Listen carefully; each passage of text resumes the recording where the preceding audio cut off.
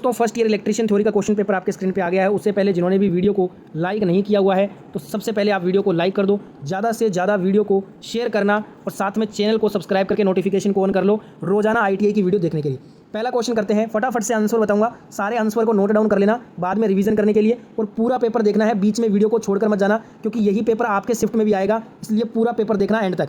पहला क्वेश्चन कह रहा है 3 कला शक्ति मापन में 2 वाट मीटरों में समान रीडिंग दिखाने पर शक्ति गुणांक क्या होगा? What is the power factor in a 3 phase power measurement of 2 watt meter showing equal readings? तो ये होगा 1। कितना होगा? 1 होगा। डी नंबर ऑप्शन यहाँ पे राइट आंसर हो जाएगा। पूरा पेपर देखना है। अगला क्वेश्चन है पावर ट्रांसफार्मर में इस भाग का नाम बताइए। What is the name of part in power transformer? Power transformer में ये जो भाग है ना, इसको क्या बोलते हैं? इसको बोलते हैं बुखोल्स रिले। क्या बोलते हैं? बुखोल्स रिले बोलते हैं। ए नंबर ऑप्शन यहाँ पे राइट हो जाएगा। अगला क्वेश्चन है शुष्क सेल में धनात्मक इलेक्ट्रोड के रूप में क्या प्रयोग होता है? What is used as a positive electrode in a dry cell? Carbon का यूज होता है। किसका यूज? कार्बन का यूज होता है इसमें। Right answer option number A होगा इस क्वेश्चन का। पूरा पेपर याद करना है, एक भी क्वेश्चन छोड़ना नहीं है। अगला क्वेश्चन है एक आदर्श ट्रांसफार्मर में प्राथमिक वोल्टेज E1 V1 और माध्यमिक वोल्टेज E2 V2 के बीच का संबंध क्या होगा?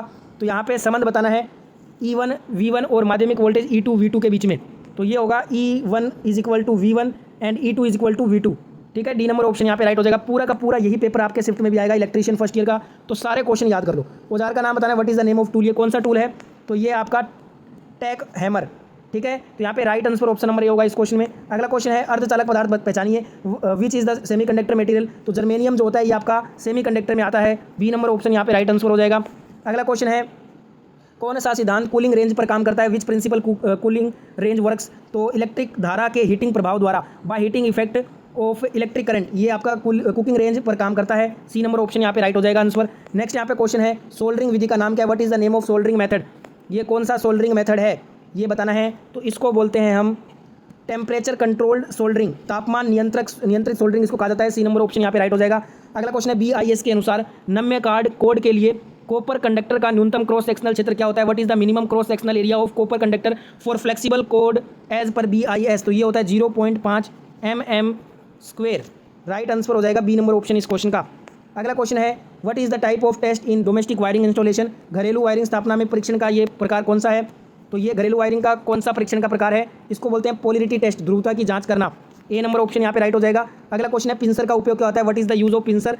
तो ये आपका लकड़ी में से पिन तथा कीले को निकालने के लिए यूज किया जाता है। डी नंबर ऑप्शन यहाँ पे राइट आंसर हो जाएगा। अगला क्वेश्चन है श्रेणी परिपथ का क्या उपयोग होता है? विच is the application of series circuit? Which is the application of series circuit? तो ये multiplier register of A voltmeter का मल्टीप्लायर प्रतिरोध।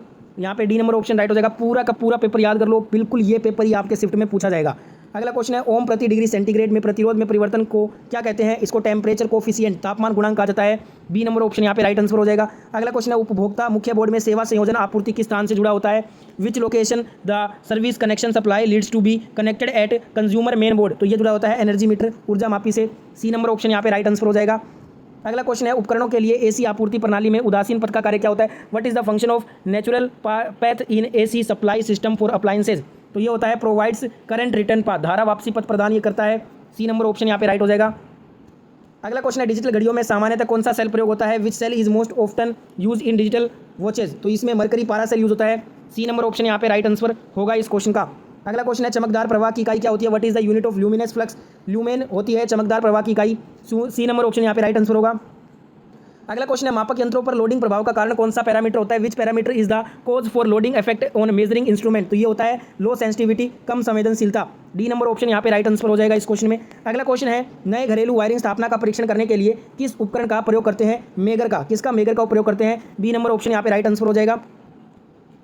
परावर्तक का नाम बताइए। What is the name of reflector? ये कौन सा रिफ्लेक्टर है? तो इसको बोलते हैं पैराबोलिक टाइप का रिफ्लेक्टर, पैराबोलिक प्रकार का रिफ्लेक्टर है ये। डी नंबर ऑप्शन यहाँ पे राइट आंसर हो जाएगा। अगला क्वेश्चन है what is the formula to calculate the 3 phase active power if the line voltage VL and line current IL and phase angle is phase?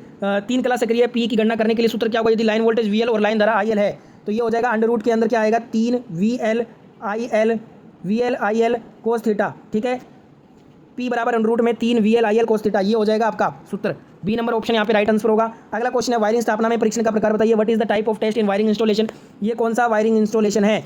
इसको बताना है ये कौन सा वायरिंग इंस्टॉलेशन है। तो ये आपका insulator resistance test between conductors and earth, चालकों या भूमि के मध्य कुचालक प्रतिरोध की जांच करना है ये। डी नंबर ऑप्शन यहाँ पे राइट आंसर हो जाएगा।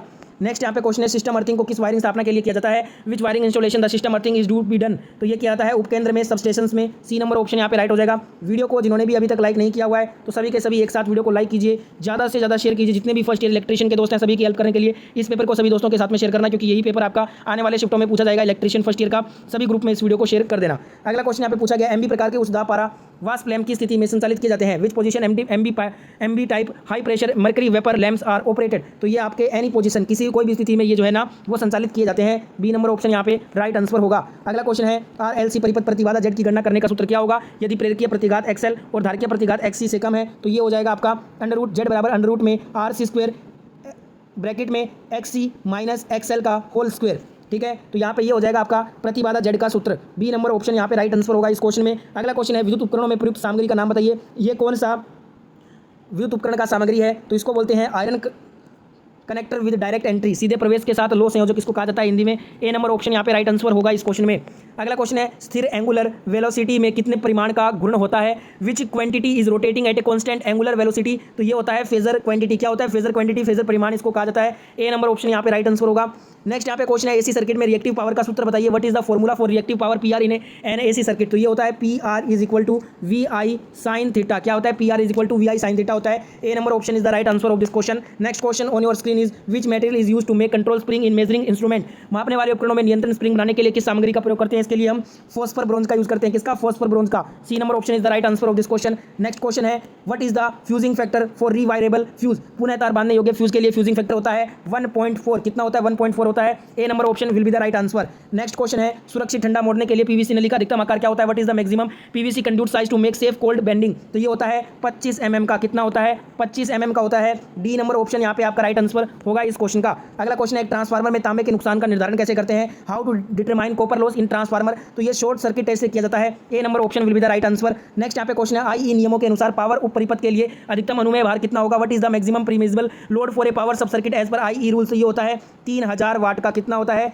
3000 वाट का होता है। डी नंबर ऑप्शन यहाँ पे करेक्ट आंसर हो जाएगा। नेक्स्ट यहाँ पे क्वेश्चन है यंत्र का नाम बताइए, what is the type of instrument. ये कौन सा इंस्ट्रूमेंट है, तो ये आपका है अट्रैक्शन टाइप मूविंग आयरन, आकर्षण प्रकार का, चल लो प्रकार का है ये उपकरण। ए नंबर ऑप्शन यहाँ पे राइट आंसर हो जाएगा। नेक्स्ट यहाँ पे क्वेश्चन है तांबे के परमाणु के तीसरे कक्ष में कितने इलेक्ट्रॉन होते हैं, how many electrons are there in the third cell of copper atom. देखिए वैसे तो तांबे के परमाणु में 29 इलेक्ट्रॉन होते हैं, पर यहाँ पे तीसरे कक्षा का पूछा है तो तीसरे कक्षा में केवल 18 इलेक्ट्रॉन होते हैं। ए नंबर ऑप्शन यहाँ पे राइट आंसर हो जाएगा। अगला क्वेश्चन है SWG से तार का आकार मापने की परास क्या होती है, what is the possible range to measure the size of the wire in standard wire gauge SWG। इसमें होती है 0 से 36 mm तक। A number option is the right answer of this question. Next question on your screen, what is the cause for changing the permeability. Permeability के परिवर्तन होने का कारण क्या होता है, फ्लक्स डेंसिटी, फ्लक्स घनत्व होता है। C number option is the right answer. अगला क्वेश्चन है प्रतिरोधकता की इकाई क्या होती है, what is the unit of resistivity. Resistivity का इकाई जो होता है उसे हम बोलते हैं ओम मीटर। क्या बोलते हैं, ओम मीटर बोलते हैं। D number option will be the right answer. ये था आज का फर्स्ट ईयर इलेक्ट्रीशियन थ्योरी का क्वेश्चन पेपर। आई होप ये